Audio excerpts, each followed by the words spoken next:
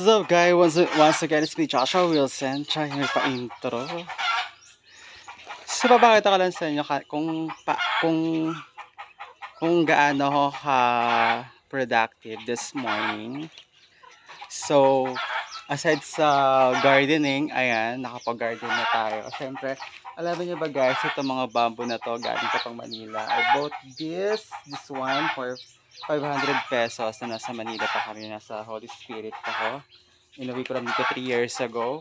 And then, so may tanim ako dito na talong. Ayan, papakita ko. Ayan, may tanim akong talong dito. And then kamatis, ayan, kakalipat ko lang. And then so far, buhay na siya. So sa ilalim niya, nandiyan may mga nabubulok, may mga dahon-dahon. Tapos yung mga nabubulok ko na, yun ang mga nabubulok ko na gulay-gulay. Pinapabulok ko sa tubig. Tapos yun ang pinandidilig ko para...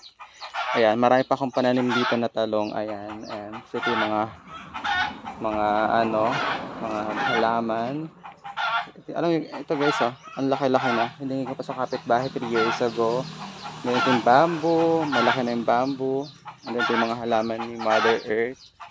Ayan, saka ayan. And then, alam niyo ba guys, kung anong ginawa ko this morning, gumawa lang naman ako ng, ayan, lutuan. Outdoor kusina ang aking ginawa. Gumawa lang naman ako ng outdoor kusina guys. Kasi yan, naglagay ako ng bubong. Ayan, naglagay ako ng bubong kasi gumawa ako ng kusina na maliit.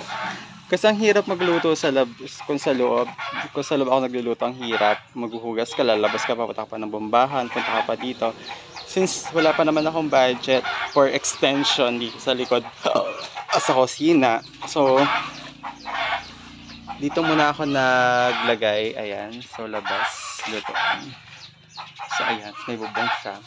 So yan lang naman ginawa ko maghapon. And then nagpakain ako ng baboy. After gardening, gumawa ako nito. So after nagpakain ako ng baboy, nagpaligo. And then ngayon magluluto ako ng tanghalian.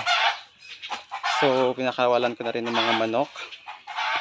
Ayan, may alaga akong native dito. Texas pala yan. Kasi ito yung mga may alaga akong pato. Malalaki na sila guys, oh. Ang titingnan mo, oh. Malalaki na nila, oh.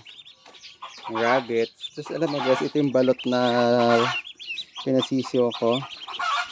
Ayan, ang lalaki na nila, oh.